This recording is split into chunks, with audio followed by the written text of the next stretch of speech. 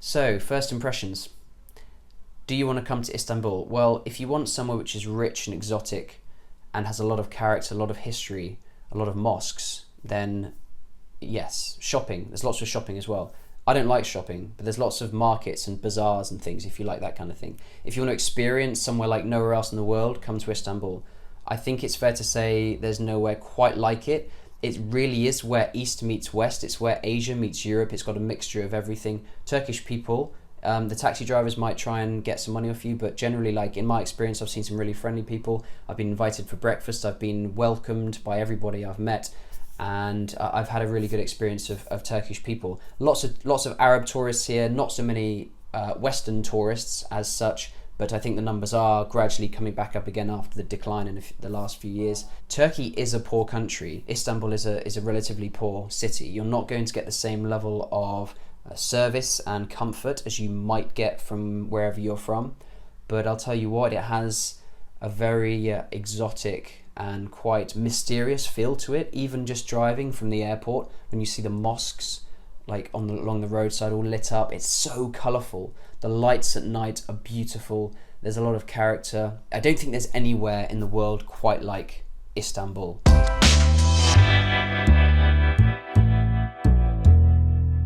I arrived in Turkey just over 24 hours ago. I've been here for one day. I've had one day out in Istanbul. It's a huge city, and I just want to share with you guys my first impressions of Turkey, of Istanbul, and just talk a bit about what I've seen.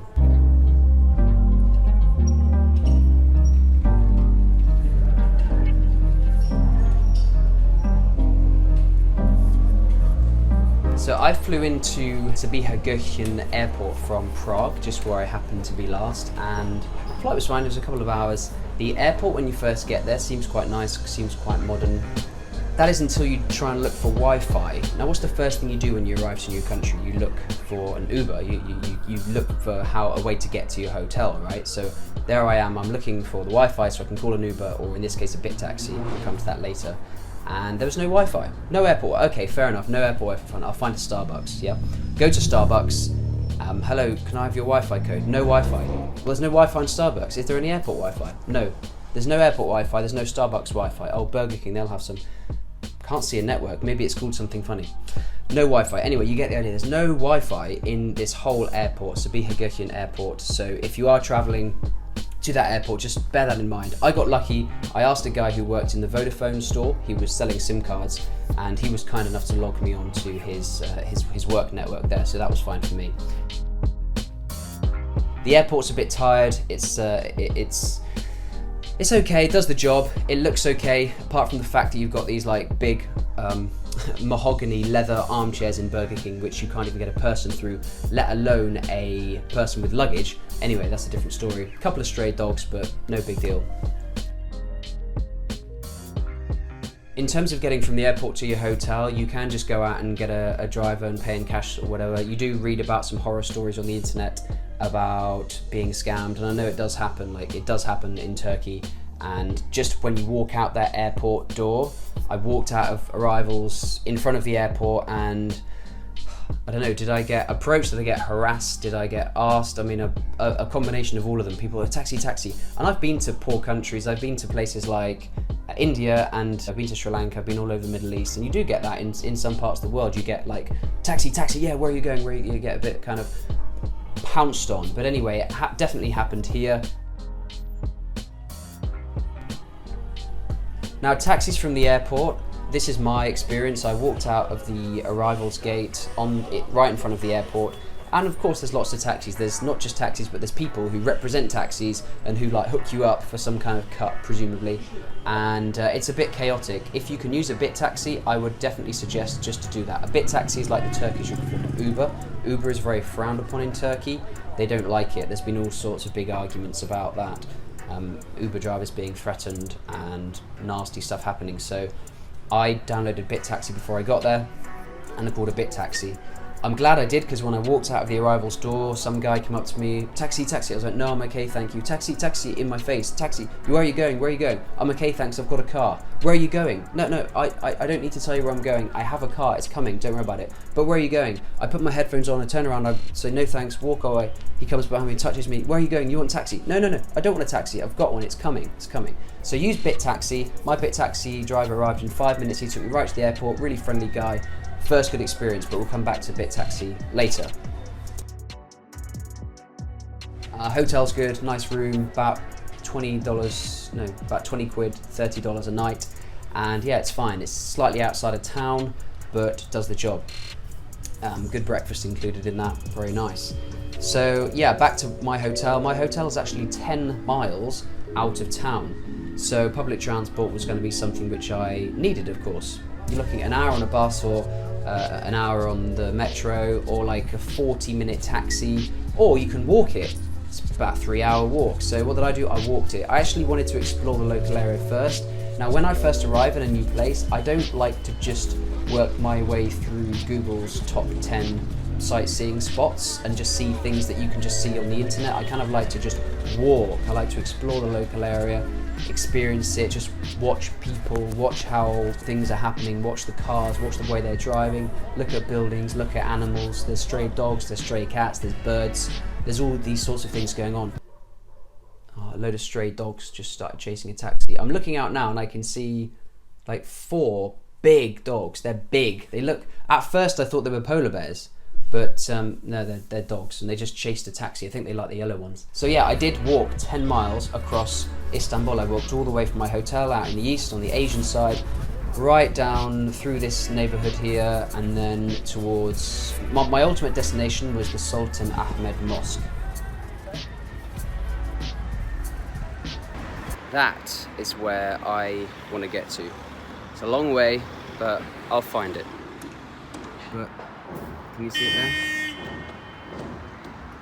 That is where I'm headed, ladies and gents.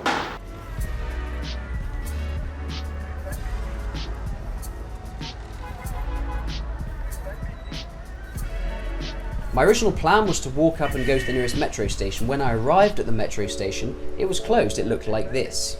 There was no way I was getting in. I made my way to a mall, and a guy was friendly enough to actually, he couldn't speak English. The English level is very low, by the way, that's another thing. English levels are low. Don't expect to be able to converse in English with most people. If you can find someone who speaks good English, they're the exception rather than the rule. Anyway, he actually allowed me to hotspot from his phone, so I tethered to him. He phoned his brother, who spoke better English, and we kind of had a chat, which is really a really nice gesture, I thought, to share that with me. So anyway, I tapped up the 10-mile walk and I started walking.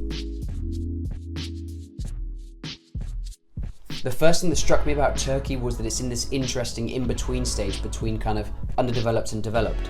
Like, you've got these spots where you've got like an IKEA and a mall and a shopping centre and like Starbucks, and then like you walk for 5 minutes out of town and then you've just got streets and roads and very minimal basic housing and accommodation, which you get in a lot of places, but there really are the extremes quite clear here, and you can see that people here are living quite poorly, which really makes you feel quite grateful for all the things we take for granted in the UK, or well, where I'm from anyway, the UK.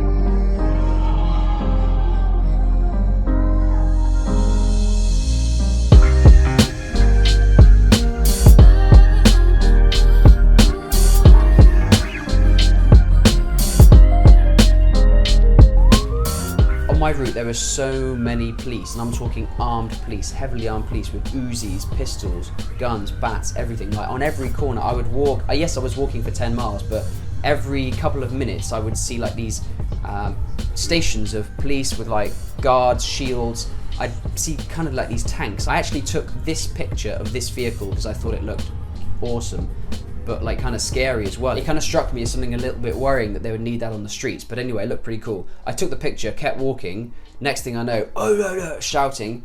The cop wants me back. He comes over and says, why you take a picture of the vehicle? Why you take a picture? And actually, to be honest, he was all right. Like that could have ended really badly. He could have taken my phone. He could have deleted all my pictures from that day, which was a lot. You wouldn't have seen any of these videos you've seen so far. And that would have really, really sucked. But anyway, he was okay. He didn't speak English. I didn't speak Turkish. We kind of smiled. Like, I think he could see that I was like a well-intended. I'm not here to cause any trouble. And I kept going. As I got closer towards the water, the scenery changed. I came up this big high top with an amazing view, and I could see the water. I changed some money. I got on the ferry because I knew I had to cross the water to get onto what is known as the European side of Istanbul, and that was where the mosque was. So I hopped on the ferry, and tell you what, the ferry was amazing. I bought an Istanbul card, which is 6 or 7 lira, so that's like $1, and then the actual journey was 3 lira, like 50 cents or 30p.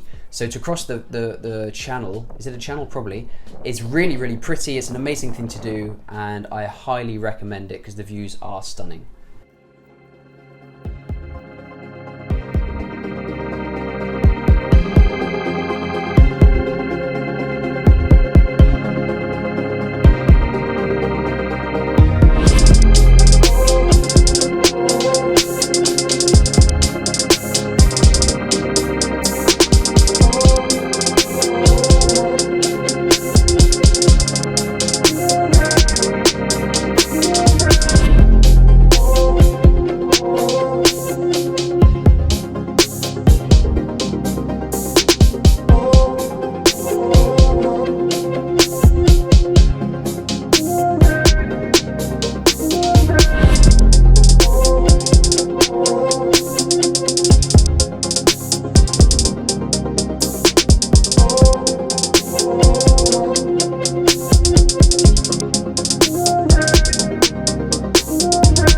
As soon as I stepped off that ferry on the European side of Istanbul, I felt like I was in a very, very different part of the world, of the city. Not because I was in Europe and not Asia, nothing like that, but just the feel of the place. It was full of tourists. As you've seen from my pictures before, walking through the city, I didn't see any tourists. There were people who were there visiting from all over the world, lots of Arabs, Indians as well. Not many people who seemed like they were European. There aren't many English-speaking tourists, but all of a sudden when you get off that ferry, there are people who are there on holiday. They're taking selfies and they're doing like normal holiday things, which immediately made me feel a little bit more normal in that I was there as a tourist. I was taking pictures and videos, so I didn't stand out quite so much.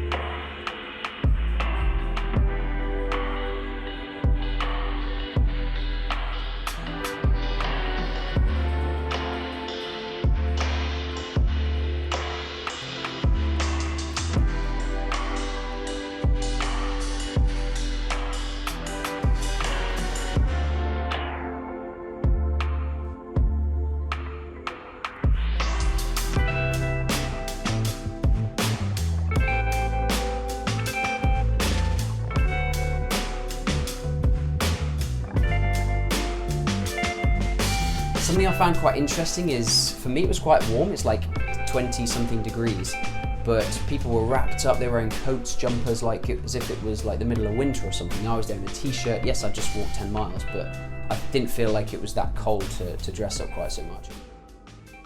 Coming back to my hotel from the downtown area, I decided to get a bit taxi. It would have been an hour and a half on the bus and the tram and the bus and then a walk, so I just wanted to get home quickly, do some editing and get a taxi. My bit taxi driver on the way back last evening was really not that good. He took about 4 or 5 wrong turns, which turned my half an hour drive into an hour drive, and of course doubled the price as well. It's not so much about the money, because it was like £10 instead of £5, but it was the fact that he knew where he was going, and I just felt a bit cheated, really. So just be a bit more careful. It's still better to go bit taxi than to flag someone, because you have a lot more control, and then I think they're less likely to take you for a ride, literally take you for a ride, and scam you if you're on bit taxi, because then you do have that option of leaving feedback. You know who they are. It's all within like a regulated system. So I do recommend bit taxi, but don't be surprised if they do, even within that app, try and get a bit of extra money and a bit of extra time from you.